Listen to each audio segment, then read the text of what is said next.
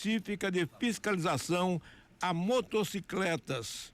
Essa fiscalização vai contar com reforço de efetivo da Superintendência da Polícia Rodoviária Federal. E nós estamos agora com o policial rodoviário federal Jorge Paim, chefe da delegacia 1002, ex-superintendente da PRF. Sugestão de pergunta que nós temos aqui são várias. Inclusive a Ana Paula nos passa aqui uma série de perguntas, mas eu sempre fujo das perguntas programadas pela nossa produção. Doutor Paim, bom dia. Bom dia, Dilson. É sempre bom fugir das perguntas mesmo. Ela manda, entendeu? É que ela manda o roteiro e eu derrubo o roteiro dela. Tá certo. Derrubo o roteiro. Eu acho que algumas coisas a gente tem que fugir do roteiro e perguntar e tirar dúvidas. E eu começo perguntando essas paralisações que estamos tendo na BR-124, viu, Ana Paula? Não está no seu roteiro. E começou agora de manhã, mais uma. Qual é a visão da Polícia Rodoviária Federal sobre essas paralisações que já estão incomodando a população e os motoristas? Excelente pergunta. O A324 não é, na verdade, trecho da delegacia de Feira de Santana, pertence à delegacia de Simões Filho. Em breve, há uma programação de que até o retorno do posto São Gonçalo venha para a nossa jurisdição realmente para a gente dar o suporte. O que é que acontece ali na região de Amélia Rodrigues? Desde que iniciou-se o processo de concessão da rodovia, foi se fazendo a estrutura da via e deixou-se aquele retorno em frente ali ao que o pessoal chama o suco, né? Mas na verdade ali é um bairro chamado Areal, que fica ali por trás, e não tem como a comunidade sair dali e retornar para o centro da cidade. A previsão no projeto inicial, eu posso dizer com tranquilidade, porque eu era chefe de Simões Filho quando iniciou a concessão, o preposto da Via Bahia me disse que haveriam vias laterais para a pessoa se deslocar dos bairros para o centro da cidade. Isso nunca foi feito. E de uma hora para outra, porque houveram alguns acidentes e a prioridade é sempre manter a segurança da via, pretende-se fechar aquele retorno. Mas aí vem o questionamento: é correto a gente fechar sem construir um retorno, sem construir uma via de escoamento, fazendo com que a pessoa desloque 4 quilômetros, faça um retorno por baixo da pista junto do pedágio, que nem é conhecido por muita gente, e retorne mais 4 quilômetros? Quando você está dentro da área urbana, você deslocar 2 quilômetros dentro da área urbana para fazer um retorno, você até aceita. Mas quando você sai do seu município e entra na área rural, roda 4 quilômetros em área rural e retorna. Como é que isso acontece? Então, o que é que a Polícia Rodoviária ela fez? Ela, como termina caindo no nosso colo a confusão, para resolver, o nosso superintendente marcou uma reunião com o Ministério Público Federal, mais os representantes do local, os representantes da ANTT, que é a responsável, o órgão público responsável pela organização da via, e mais a Via Bahia, para se chegar a uma solução e não simplesmente dizer: vou isolar a comunidade, passando aqui uma defensa e ninguém mais cruza a via. Realmente aí seria um absurdo, né? Você tem que ir lá no pedágio, que não é um local também apropriado, né? Um retorno ali, vamos fazer um retorno ali, né? Exato. Né? Como fazer um retorno ali? A não ser que faça um viaduto. Pois é. Bom, e ali a solução é um viaduto, né? Em Amélia Rodrigues. Não, pode ser feito um elevado, pode ser feito um retorno mesmo, ali tem espaço para se construir um retorno, pode ser feita a via marginal, que era o projeto inicial. Então, soluções tem mais de uma. O problema é que às vezes a concessionária quer economizar, tudo que ela quer fazer a mais, ela quer que haja uma repactuação e um aumento de tarifa, e às vezes a NTT diz: não, eu não quero te dar aumento de tarifa porque isso estava previsto no processo original, e fica essa briga onde o cidadão é quem perde, que fica lá no meio e ninguém resolve. Então essas coisas têm que ser solucionadas. Agora tivemos na semana passada uma manifestação que paralisou a BR-124, essa foi do Sem Terra, essa é diferente. E essa, qual foi o sentido da polícia, o sentimento da Polícia Rodoviária? O Sem Terra, ele não chegou a bloquear a via 100%, ele deixou sempre uma faixa transitando, o que pra gente é horrível. Nós entramos com a ação no Ministério Público. Mas meu inspetor, bloquearam. Eu, curiosamente, nesse dia, para mim foi um dia de terror mesmo, porque eu tinha um exame médico marcado em Salvador. Eles faziam no sentido Feira Salvador. Nesse dia, eles interditaram o sentido, era até versão do feriado. Eles interditaram mesmo. Eu passei e eles tomaram a pista na frente mesmo, bloquearam a pista. Aí ela engarrafou até perto do Maria Antônia. Imagine você, quase 30 quilômetros de engarrafamento. Nesse dia eles paralisaram mesmo, foi a véspera de um feriado. Sexta-feira Santa. Véspera de Sexta-feira Santa. Eu me lembro que na quinta-feira eu tinha uma consulta em Salvador e não pude. A consulta foi para o espaço. Não é? Porque a interdição, quando eu fui chegar em Salvador, eu saí daqui 9 horas, daqui para Salvador estava normal, mas eu peguei outros engarrafamentos, em consequência de uma coisa, muita gente fazendo o retorno. Aqui em Humildes, por exemplo, as pessoas começaram a fazer retorno ali, quem não conseguia chegar, fazia retorno para voltar, e foi uma loucura. E eles interditaram no sentido oposto. Eles estavam indo para Salvador, resolveram interditar no sentido Salvador-Feira. Pois é, como eu digo, esse trecho não é da nossa circunscrição, então às vezes eu não tenho noção plena do que aconteceu. Eu fui em Salvador alguns dias e realmente eles estavam ocupando uma faixa. O que é que a gente fez? Entrou em contato com o Ministério Público Federal para tentar um embargo proibitório de interdição. E isso ele já deu para a gente algumas vezes em outras ocasiões. O Ministério Público ele tem toda a boa vontade às vezes de nos apoiar, entrar com ação no judiciário, mas nem sempre o juiz ele quer dar essa liminar. Geralmente elas ocorrem dando multas diárias caso haja a interrupção. Não aconteceu, então a gente teve que trabalhar fazendo esse monitoramento de não deixar bloquear uma faixa. Eu não sabia que houve esse bloqueio total. Nos dias que eu fui, realmente estava fluindo. O que não deixa mesmo assim, não deixa de criar transtorno. Era pelo menos 8 quilômetros de congestionamento. Todo ano de eleição é um ano complicado para nós em termos de manifestação. Porque todo candidato a qualquer cargo eletivo que acha que vai ser candidato quer movimentar a população para fechar a pista, para chamar a atenção, para dizer eu sou o salvador da pátria. E aí ficam ocorrendo essas situações, que a gente sabe que são manifestações meramente políticas. Raramente a gente tem uma que a comunidade realmente está revoltada e saiu, como é o caso de Amélia Rodrigues. A comunidade está revoltada, ela tem uma relação com a cidade, precisa fazer seu retorno, e aí a gente não pode negar. Tivemos um período atrás com o pessoal do Viveiros, que sofreu mais ou menos a mesma coisa. Eles tinham uma relação direta ali com Feira 10 e estavam acostumados a cruzar a via chegando no Feira 10. De uma hora para outra fechou-se a via, vai ter que retornar daqui a 2,5 km. Bom, agora que nós vamos entrar no assunto propriamente dito da nossa entrevista, né? As principais infrações cometidas por veículo de 2 rodas, quais são? Olha, hoje a gente tem a falta do uso do capacete, não em Feira de Santana. Feira de Santana é uma cidade policiada. Mas quando a gente sai de feira e pega as cidades menores, a falta do uso de capacete é algo crônico. Nós temos vários condutores que não têm habilitação, isso inclusive em Feira de Santana. Um uso muito frequente de motos sucata, motos que foram leiloadas como sucatas, não é mais para estar em circulação, apenas para retirada de peças.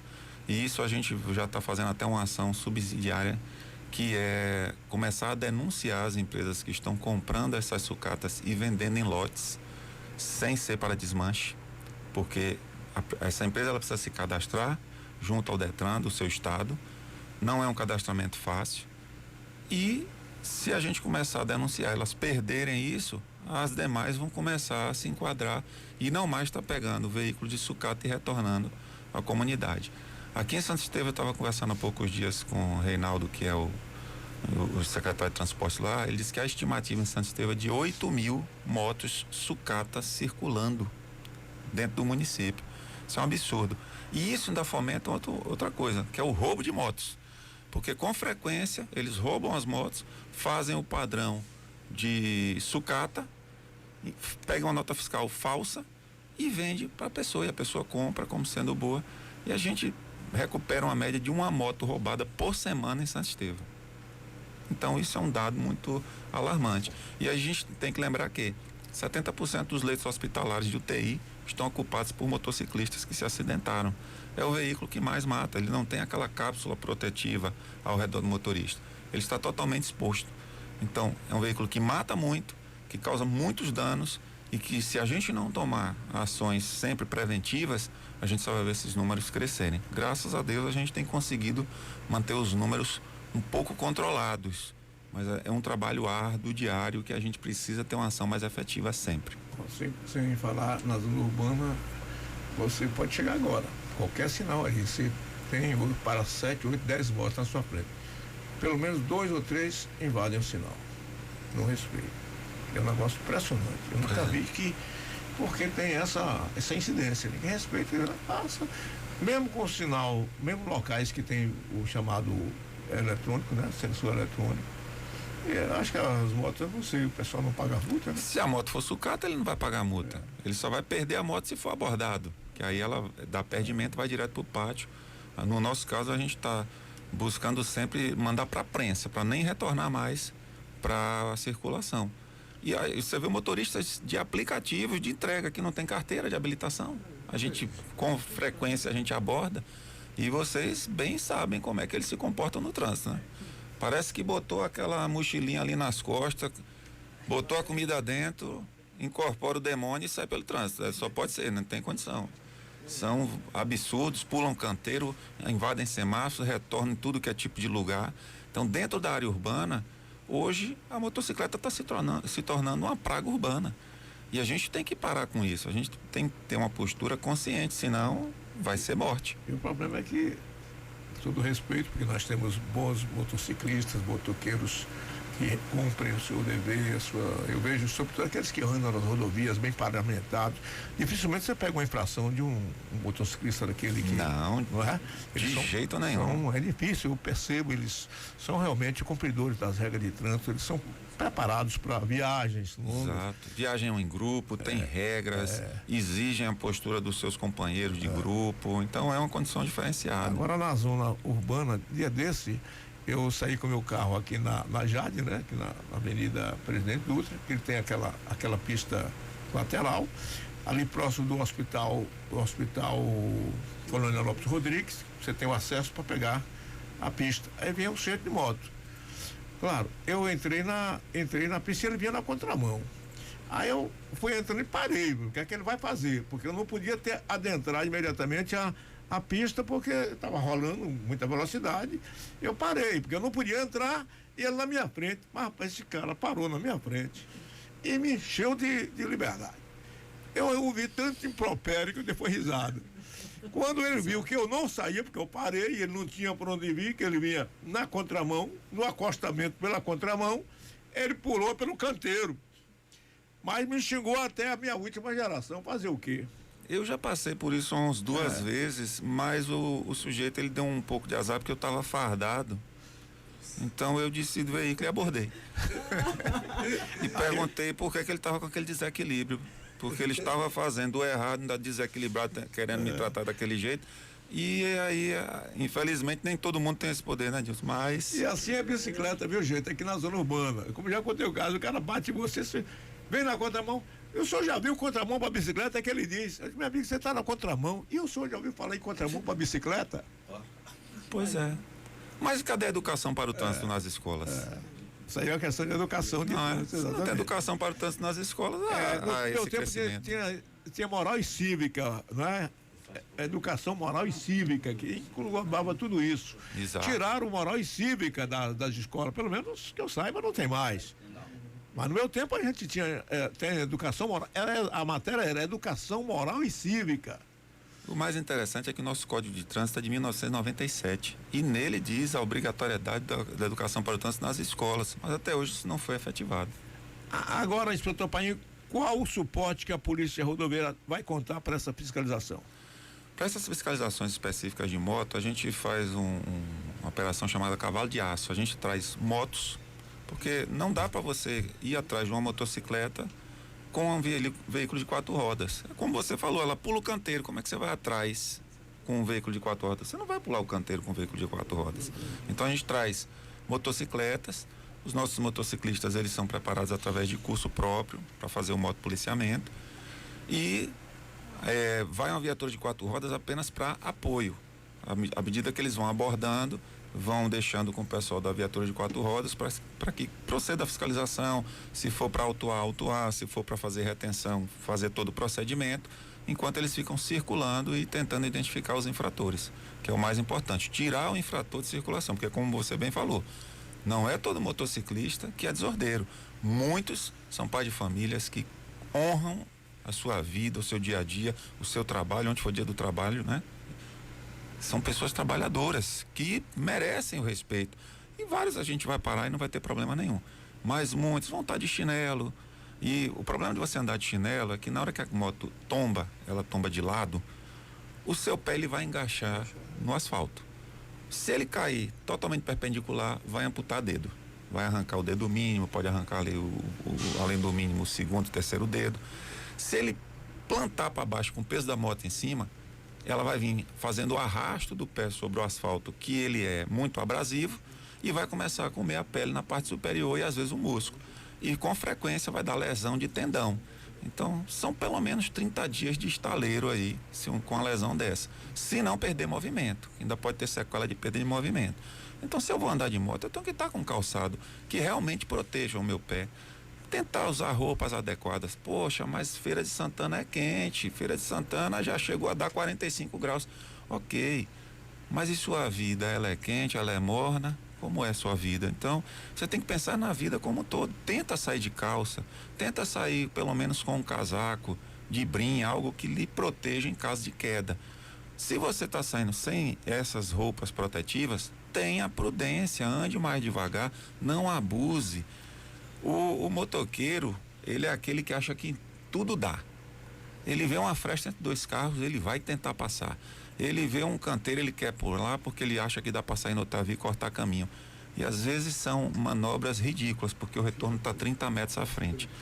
Então eu tenho que ter essa precaução, porque se eu sofrer um acidente, a chance de lesão é muito alta. E depois ainda quer brigar, como você falou. Faz o errado, provoca o acidente, ainda quer bater em quem foi vítima da sua inconsequência. Isso é o que a gente encontra hoje no trânsito brasileiro. Sempre conta um casinho, né? Aconteceu com Angélica, né? Sua mãe, minha mulher. Aqui na zona urbana. O indivíduo veio de uma motinha cinquentinha. Não sei como ele deu uma passagem na frente, ele passou o carro parado, esperando. Não tinha sinal, uma rua aqui sem sinal, quer dizer, ela parou, olhou o trânsito, mas o cara veio na moto cinquentinha e atravessou e rasgou o para-choque. Incrível, rapaz. O rasgo do para-choque foi tão grande, de uma cinquentinha, que eu só vi, eu acreditei porque eu vi o para-choque de plástico do carro. E aí minha mulher liga, aí eu fui. Quando eu cheguei lá, o cara tava lá de plantão. Ela tá acuada. E o cara acuado, porque eu quero, vai ter que pagar minha moto. Mas meu amigo, quando eu olhei, Cláudio Cedrais, curiosamente, estava num bairro frente, e eu vi, foi sobre, estava parado, eu quero ver, rasgou o para-choque do carro dela. Mas eu olhei pro cara, o cara queria a moto dele. Quando eu olhei, meu amigo, o que é que sua moto teve? Quando eu olhei lá, coisa pequena, aí ele disse, olha, seguinte, só tem um detalhe. Vamos lavrar aqui a ocorrência que você vai ficar sem a moto, porque a sua moto não tem documento, você não tem documento, não tem carteira, não tem zorra nenhuma, meu amigo, o que é que você está querendo? Rapaz, e aí o cara caiu em choro, rapaz, porque eu só tenho essa, é meu trabalho que eu vou para São Gonçalo. Eu digo, olha, vamos fazer o seguinte. Mas quando estava tratando com sua mulher, que era um ser humano frágil, estava valente e agressivo. Aí, eu acredito se quiser, eu ainda levei ele na oficina, paguei R$150 no conselho da moto do cara. Quando o cara chorou tanto, eu vi que era um senhor realmente, mas ele se aproveitou que era a mulher, e ele emparedou a mulher. E ela ficou acuada lá, não pôde sair. E quando eu vi o cara, todo mundo disse, o cara rasgou, ele passou atrás dele, foi pela direita e o carro parado, a moto agora não sei como rasgou o para-choque. Incrível, mas é verdade. O conserto da moto foi 150, o do carro foi 3 mil. Pois é. Do para-choque. Mas isso no trânsito é comum demais. Como é que chama? A franquia era 4 mil, o conserto era 3 mil. Paguei o conserto. E ainda paguei o conserto do cara porque fiquei com pena do miserável. Você entende esse ponto, né? Mas antes o cara peitou a mulher, viu, Miro? E a mulher tremeu na base, viu? Porra, a mulher Exato. tremeu na base. Exato, mas isso é muito frequente. O maior quer sempre sobrepujar o menor, quer sempre ter razão na base da força. Agora, inspetor, é o seguinte, a nova lei de trânsito agora, essa reforma aqui, até a semana passada, eu não sei se está em vigor o novo procedimento para liberação ou não dos veículos que estejam com infrações leves. Por exemplo, o carro que estiver com os pneus carecas, algo nesse sentido, retém o carro ou libera o carro, como é que está essa situação? A grande questão é a seguinte, a gente tem a questão da infração que não é sanada no local. Dentro disso aí, pode ser enquadrada a questão do pneu. Mas o que é que o agente de trânsito, na hora da fiscalização, ele tem que prestar atenção? Às vezes o nível de desgaste está muito alto. Então, se eu deixo um veículo com pneu muito desgastado, livre para circular, aí eu faço a velha pergunta. Ele está começando a botar em risco a situação porque ele não vai ter aderência na pista, principalmente se ela estiver molhada. Aí eu paro ele, fiscalizo, ele está com o pneu muito liso. Não, mas eu vou liberar porque ele não vai trocar aqui. Ele vai trocar, porque pneu ele traz e troca ali no local, é fácil. Vou dar a liberdade para ele ir aqui 1 quilômetro até um local. Se nesse 1 quilômetro ele vai e colide, ele bate no seu carro, você vai dizer que quem foi errado? Ele porque saiu com pneu liso ou o policial que fiscalizou e liberou ele? Essa é a grande questão. Então a legislação ela diz, se ferir a segurança no trânsito, não é para liberar, não é para fazer a combinância do artigo 270 com 274 e liberar para a regularização. Agora, o tacógrafo do veículo está com defeito. O que é que o tacógrafo vai inferir na dirigibilidade? Nada. Então a gente faz um procedimento chamado RRD, recibo de recolhimento de documento. Vai dar um prazo de 5 dias para que a pessoa faça o conserto e depois de até 5 dias ela vai trazer o veículo para a vistoria. Se ela não fizer, ela recebe uma multa por desobedecer a ordem de retornar para a vistoria e leva um bloqueio administrativo junto ao Detran. Então não vai poder tirar o documento, vai poder pagar, mas não vai poder pegar o documento, não vai poder fazer transferência de propriedade até que apresente o veículo para a vistoria. Então tem vários casos como esse que não interferem na dirigibilidade. A pessoa fez uma alteração de característica.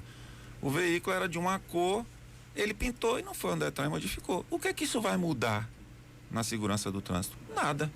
Não interfere na vida do cidadão. Não vai atrapalhar. Então, vá corrigir. Mas se você for pelo artigo, ele diz que é retenção para regularização. Mas a gente não vai fazer isso, porque não faz sentido. Então a gente trabalha muito com bom senso. O que é que não se engloba nisso aí? Licenciamento de veículo. Porque o licenciamento de veículo, ele é para fazer a retenção mesmo, não tem essa liberdade. Porque o Estado estabeleceu, através dos seus legisladores, que ou você paga a taxa ou seu carro não circula. É uma concessão do Estado você rodar nas vias construídas pelo Estado. Se você não fizer, ele vai para a retenção. Então o veículo é recolhido, pagos os impostos, você volta a circular. É contestável? Pode ser, mas aí é o legislador que definiu, eu como cumpridor da lei apenas devo cumprir. Aproveitando, inspetor, um dado curioso, né? Apenas uma curiosidade. As rodovias que não são duplicadas, velocidade máxima 80 quilômetros. Não conheço nenhuma de 100, mas 80, né? Mas as duplicadas, velocidade máxima de 100, correto? Depende. Se não houver sinalização, aqui fala a regra, se não houver sinalização, as não duplicadas podem chegar a 100 e as duplicadas podem chegar a 110. Mas eu digo o seguinte, que esse dado eu observei, aqui nessa BR foi inaugurado agora esse trecho entre Feira de Santana até entroncamento Tanquinho, a pista dupla e muito bem feita, por sinal. Quando ela era única, 80. Ela passou a ser dupla, continua nos 80. Não seria necessário uma mudança de categoria para 100 máxima? Porque isso. Se ela era, veja bem, inclusive eu estou colocando isso porque eu já vi muitas pessoas reclamarem que foram multadas ali, andando a 100 quilômetros, quando o limite está em 80. Mas, no meu modo de ver, se ela passou a ser uma pista dupla, deveria se ampliar o limite de velocidade. Exato, é uma excelente pergunta. Na verdade, a partir do momento que a via é liberada como faixa dupla, ela deve ser readequada à sua sinalização. Às vezes o órgão responsável pelo trecho demora nessa mudança de sinalização, por questões diversas, ou porque a verba daquele ano acabou, ou porque a empresa ainda não entregou as placas, ou ainda está esperando finalizar a obra como um todo para fazer a mudança. Mas o importante é o seguinte, a gente não tem operado o radar lá na velocidade de 80. A gente tem ido justamente para pontos sem sinalização e operado na velocidade de 110. E assim, a gente tem pego pessoas com 164, 180, 170, 150. Então, eu tenho que parar e pensar um pouquinho. O que é que eu estou fazendo com a minha vida e o que é que eu estou fazendo com a vida dos outros? Porque às vezes você vem com um carro de alta tecnologia, você impõe uma velocidade dessa, mas seu carro tem 7 airbags por dentro. Você colide, você não tem nada. Mas você colide num carro antigo, que não tem essa tecnologia embarcada, onde a pessoa tem lesões graves ou vem a óbito. quem foi o causador daquela morte? Foi você, pela sua irresponsabilidade. Então eu tenho que lembrar que o trânsito eu não posso pensar só em mim, eu tenho que pensar em mim e no outro. E mesmo na pista dupla, vai ter momentos que não será a velocidade máxima da via, porque pode entrar curvas e áreas urbanas. Às vezes a gente vê um certo excesso dos nossos motoristas ao passar dentro de Amélia Rodrigues. Passam ali a 120, 130 por hora, com pessoas andando a mais da via, com pessoas às vezes cruzando a via a pé. Ali a velocidade é para estar a 60. Né? Mas não, a pessoa quer ter um abuso. A depender, pode chegar até a 40, depender do ponto. Se tiver escola, porque várias coisas vão determinar isso aí. Aqui a saída de feira, ela foi aumentada para 80, porque antigamente era 60 para veículos. O pessoal questionou, poxa, mas a gente sai a 60, o caminhão está no fundo pressionando.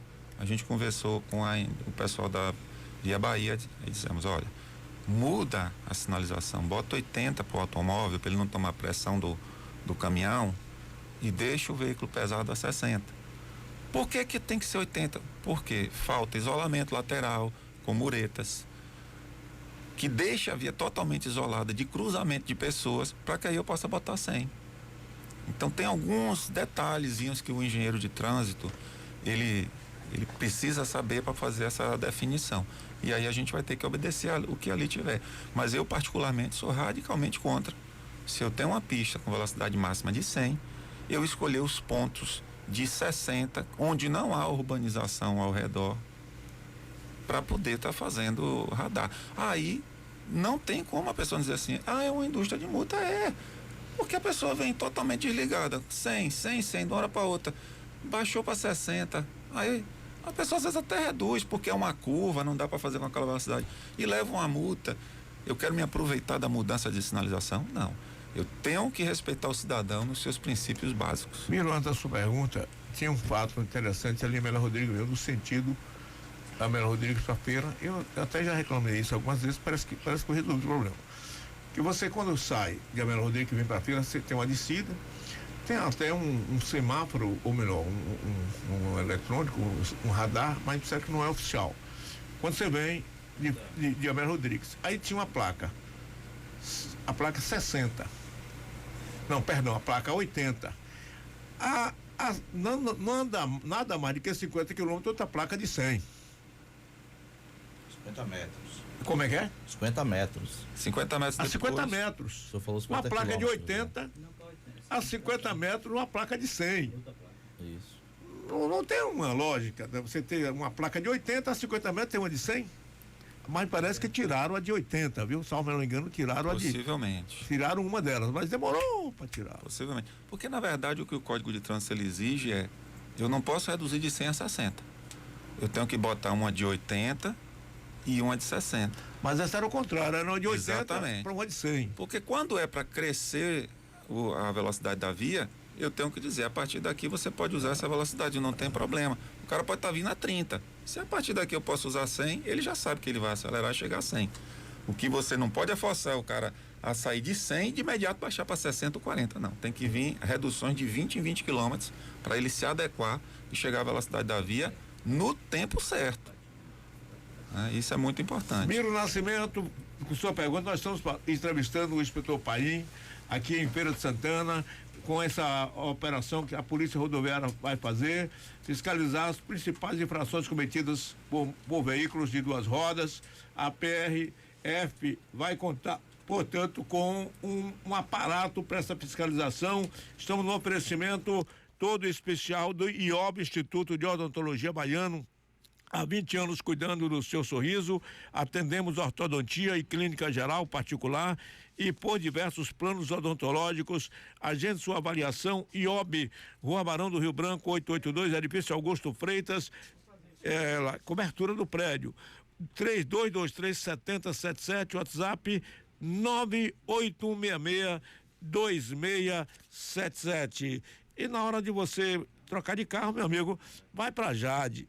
Se você quer uma caminhonete poderosa, econômica e confortável, silenciosa, é a Nissan Frontier. Faça o test drive e lembrar que é 2023, já está chegando, ou já chegou na Jade, ou Goiaba, você que sabe das coisas. É bom que você fale aqui, você não repita o que você falou agora há pouco. Ele disse que foi dirigindo de São Fronteiro e se sentiu poderoso, como foi que ele disse mesmo?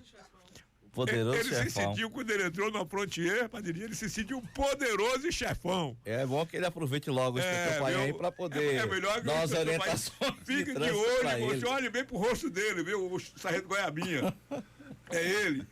Ele foi entrar num carro, ele dirigindo o Fiat dele, quando ele entrou na de São Fronteiro, ele falou aqui, se sentiu poderoso e chefão.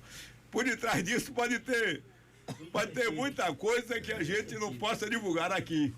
Não é, Goiaba? Pois é. É? Não venha com o concerto agora não. Miro Nascimento. Muito bem, Edilson Barbosa, primeiro abraçar aqui o comandante da delegacia 1002, nosso querido Jorge Paim.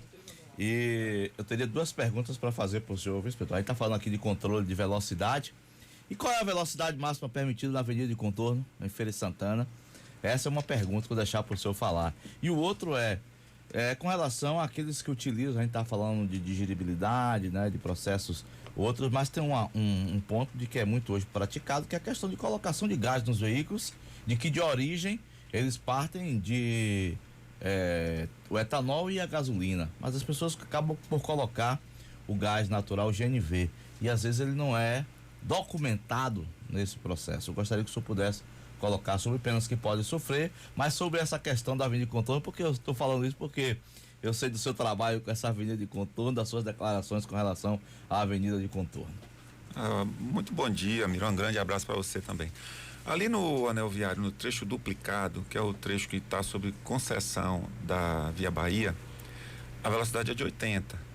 Às vezes a gente opera ali o radar, principalmente o nosso ponto principal é ali quando você vem sentido Tomba ao 35 BI, quando você passa o viaduto do Tomba ali próximo à passarela onde a gente opera o radar. Em frente ao Açaí, mas exato, em frente ali ao Açaí.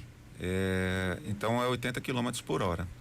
Há trechos ali de 60, mas é como eu falei, eu não gosto de botar o radar em trechos de baixa velocidade em relação à velocidade máxima da via. Eu não quero arrecadar. O meu entendimento é, se o trecho precisa de um 60, vamos botar ou um radar fixo, uma lombada eletrônica. Não pegar a pessoa no susto. Ela passa todo dia, não tem nada, e num determinado dia tá lá uma câmera para fotografá-la. Não é o pensamento. Inclusive, o próprio presidente, ele fez uma suspensão durante seu mandato, numa fase inicial, da colocação de radares, para fazer uma regulamentação a respeito disso. Porque ele também não concordava com essas situações. E a partir daí, há a exigência dos cones posicionados na via. Então, se você passar, tiver um radar, não tiver os cones na via, o auto está nulo. Na via que eu digo é ali, no bordo do acostamento, ao fundo da viatura. A viatura tem que ser padronizada e estar com o giroflex ligado. Se com tudo isso o cidadão ainda está passando com alta velocidade, então ele realmente merece a penalização, porque o objetivo é diminuir a velocidade naquele trecho. A outra questão que você perguntou foi Não, estou me referindo sobre a questão do GNV. O GNV, a gente fiscaliza. Aí vai incorrer naquela pergunta que o Jus fez. Se ele tiver com GNV irregular, eu boto no pátio ou eu libero? Eu posso fazer as duas coisas. Vai comprometer a dirigibilidade, vai comprometer de fato a segurança no trânsito. Não, então eu posso fazer um recibo de recolhimento de documento, dar o prazo de 5 dias para ele regularizar. Mas se entender que está muito mal instalado, está com risco de vazamento, de dar um problema no meio da via ali, eu posso fazer o recolhimento também, né? Mas na grande maioria dos casos, eu diria que 99% dos casos, a gente libera para fazer a regularização. Das duas, uma. Ou ele vai remover o kit, ou ele vai até o órgão que instalou, ou melhor, até uma rede credenciada pelo Detran, vai fazer a inspeção do Inmetro, vai constar no documento e vai apresentar o documento já atualizado e poder rodar com seu kit gás. Mas o correto é que ele faça antes, é isso, inspetor? O correto é sempre, na verdade você tem um prazo. Quando você dá a entrada, você recebe uma série de laudos e documentos para você ir ao Detran. Geralmente, quando ele apresenta esse laudo, a gente viu que ele acabou de instalar, está no trâmite de ir ao Detran, nós aguardamos ele concluir esse trâmite. Agora, às vezes esse documento já tem mais de mês na mão da pessoa, ela não está mostrando o menor interesse de corrigir. Se o condutor não mostra interesse de corrigir a sua conduta irregular, eu também, sinceramente, não mostro interesse de perdoá-lo. Verdade. A gente está falando sobre essa questão de velocidade e eu perguntei sobre a avenida de contorno, mas hoje também existe um travamento, um estrangulamento na avenida de contorno. Aí eu pego esse exemplo das pessoas que estão vindo ali a passo de tartaruga e coloco essa ideia em pista com a velocidade de até 100 km, mas pessoas que estão andando a 30, 40, parecendo que está desfilando na pista. Né? Existe alguma recomendação com relação a isso, essa questão da velocidade em pista de rolamento de alta velocidade? Existe uma infração por andar abaixo da velocidade mínima da via. O que é a velocidade mínima é 50% da máxima. Porém, isso só se aplica em pista dupla, onde ele está trafegando na faixa da direita, ou melhor, na faixa da esquerda, abaixo de 50% da velocidade máxima da via. Então eu não posso na pista dupla estar na faixa de velocidade, que é a faixa da esquerda. Se a velocidade é 100, eu estou andando a 45. Eu estou irregular. Mas em pistas simples, Sim, que só tem uma mão indo, uma mão voltando, não tem essa velocidade mínima. Aí justamente eu falei do contorno duplicado, porque é onde se consegue imprimir velocidade. sim. O restante do contorno de feira, a velocidade é determinada justamente pelas tartarugas que entram, né? E aí fica tudo travado e não tem como você andar. Realmente é um fluxo muito truncado. Estive agora recente com o coordenador, o superintendente do DENIT aqui na Bahia, a Mauri, um amigo nosso, no dia que o ministro Marcelo esteve aqui. E a gente ficou conversando justamente sobre o que vai acontecer com esse contorno que não está duplicado ainda, quais os prazos. O contorno da parte da Cidade Nova até a chegada lá na 116 Sul, ele já está licitado. Vai iniciar a obra no ano que vem. Por que é que não vai iniciar a obra esse ano? Ele falou, porque esse ano eu não tenho a verba suficiente para concluir. E eu não vou começar a obra e parar. E ele está certo, porque imagina, um contorno que já é travado, você começar uma obra e parar pelo meio, você vai trazer um transtorno para o cidadão absurdo.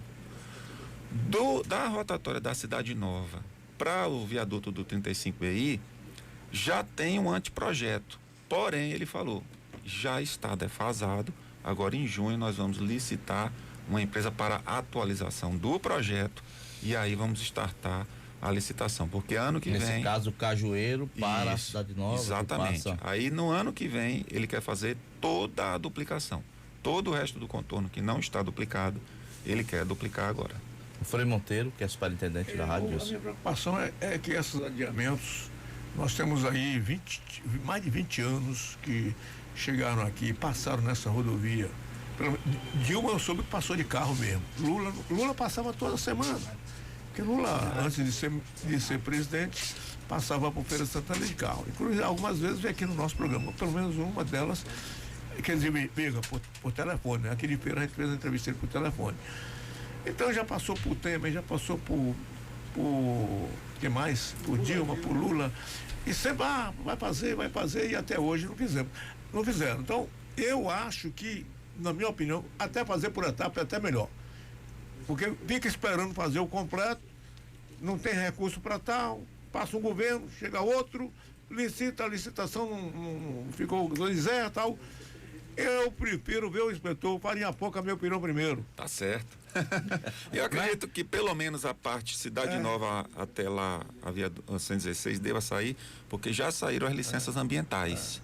Você sabe que tudo hoje você tem uma série de documentações e licenças. E eu estava conversando com o pessoal da empresa que ganhou. E eu perguntei, né? Antes de perguntar a Mauri, eu falei, e aí, como é que tá? Ele falou, estamos aguardando a licença ambiental, já está para sair. Depois eu perguntei, não, já saíram as licenças. Agora a gente está aguardando só o pessoal realmente liberar a verba para a gente fazer. Eu espero, duas coisas que eu espero que até pelo menos o final dessa década, olha que eu estou sendo até muito generoso, Feira de Santana resolva o problema do anel de contorno, o problema do centro de convenções e do aeroporto. Se até o final dessa década eles for, pelo menos eu tenho certeza que eu vou ficar feliz. São 8h12, Frei Monteiro tem uma pergunta para o inspetor Paim, pois não, Frei Monteiro? Bom dia, Ana Paula. Peça aí uma explicação. Na BR-101, naquele trecho antes do Escoval. Ali no Escoval tem um radar, mas eu acho que menos de 1 quilômetro antes do Escoval, de quem vem de Feira em direção a Humildes, colocaram outro radar. Era 80 a velocidade, baixaram abruptamente para 60, num local que não tem casas, não tem posto de gasolina, e que as pessoas que já estão habituadas a passar ali há anos com 80 e não tem casa, não tem um povoado ali, não tem posto de gasolina, e de uma hora para outra muda e baixa de 80 para 60. Virou uma pegadinha, a meu ver. Bom, o trecho da BR-101 não é trecho aqui de Feira. Na verdade, eu não sei onde fica esse escovão, para ser sincero. O senhor desce, sobe a 324, Sim. faz o retorno ali na 101, sentido Humildes, né? E aí vai ficar entre aquele posto que existe até o próprio posto da Polícia Rodoviária Federal da 101. Agora eu já sei o que o Monteiro está fazendo. Aquele radar ali, viu, Monteiro? Me informaram que é particular. É de uma empresa de distribuidor de combustível que botou ali por conta dela a informação que eu tive. Parece ser um radar oficial, mas não é um radar oficial. Eu já sei mais ou menos onde é que ele fica. Pode ocorrer. Bom, que eu me lembro ali do viaduto ao posto de Humildes, tem um radar ali chegando no posto Flecha? Não, depois do Flecha, do antigo Flecha, já chegando na curva de descida ali para o entroncamento de Humildes. Ali realmente há uma certa travessia de pessoa de um lado para o outro, tem comércio de um lado, comércio do outro. O próprio pessoal de Humildes às vezes chega ali, atravessa para ir para o outro lado, para atravessar para algumas indústriazinhas que tem ali por trás. É uma entrada de curva, na sequência dela vem uma curva ali, já tivemos alguns acidentes ali, e a descida para o cruzamento de Humildes, onde vai ter um outro radar 40, em virtude justamente de ser um trevo perigoso. Ali já tivemos muito acidente, eu mesmo já atendi acidentes com vítimas fatais ali algumas vezes. E aí você tem, de fato, travamento. Às vezes as pessoas colocam o que a gente chama o radar fake, né? Vai lá, pega um poste, cola uma câmera fake, não tem fiação nenhuma, não tem nada, mas ele bota lá para impressionar, bota. A grande questão alguém está recebendo multa em casa, é a questão, né? Eu passei, já sei mais ou menos onde é que é. Realmente ele tem razão, não tem nada de marcelado de um lado e do outro. E não tem nenhuma sinalização. Mas aí em frente é uma distribuidora de combustível. Mas geralmente, assim, colocação de radares. Ela obedece um estudo técnico previamente feito. O que é que o órgão de trânsito que faz a manutenção da via ele precisa fazer? Primeiro, ver quais são os pontos críticos de acidente, onde é que está tendo muito acidente, ou identificar esses pontos de possíveis acidentes, como cruzamentos de via, frentes de escolas, colocar de forma preventiva. Geralmente há um prazo de instalação e um prazo para entrada em funcionamento. Não é colocou e passa a funcionar. Então é para as pessoas se adaptarem à presença daquele medidor de velocidade naquele ponto. E a partir daí funcionar. E eu sou a favor de que todo excesso deve ser combatido. Não importa se o excesso é cometido pelo cidadão ou pelo Estado através dos seus representantes ou seus órgãos. Todo excesso deve ser combatido, não há dúvida. Bom, queremos agradecer ao inspetor Paim. Nós esperamos que essa operação da Polícia Rodoviária Federal em relação às motocicletas dê tudo certo e que vocês possam ter o apoio da população nesse sentido. Nós agradecemos muito, Dilson. Vamos fazer no decorrer do ano algumas vezes, o que não quer dizer que quando as motos não estiverem, os veículos de 4 rodas não vão intensificar também a fiscalização. Com frequência, as equipes têm ali no seu cartão programa diário que diz quais são as atividades que eles devem fazer. O comando de fiscalização de motocicletas, para evitar menores dirigindo, a gente pega ainda aqui em Feira, evitar o excesso de imprudência ali ao volante, também a parte documental, mas fica aqui o nosso pedido à sociedade como um todo. Juntos a gente faz um trânsito muito bem feito. Agora, se botar toda a responsabilidade para o policial rodoviário resolver, não vai dar certo. Nós não somos onipresentes, oniscientes, dependemos do apoio da sociedade, dependemos do apoio de pessoas como vocês, que abrem o canal de diálogo. Vamos perguntar, vamos questionar, vamos contestar. A polícia está sempre certa, será? A gente tem que fazer esse diálogo, esclarecer o cidadão, e o programa tem feito isso, esclarecido muito o cidadão. Muito obrigado, não só no meu nome, mas em nome da PRF. Obrigado. Obrigado, inspetor Paim. Nós vamos agora ao nosso intervalo comercial. A gente volta já já.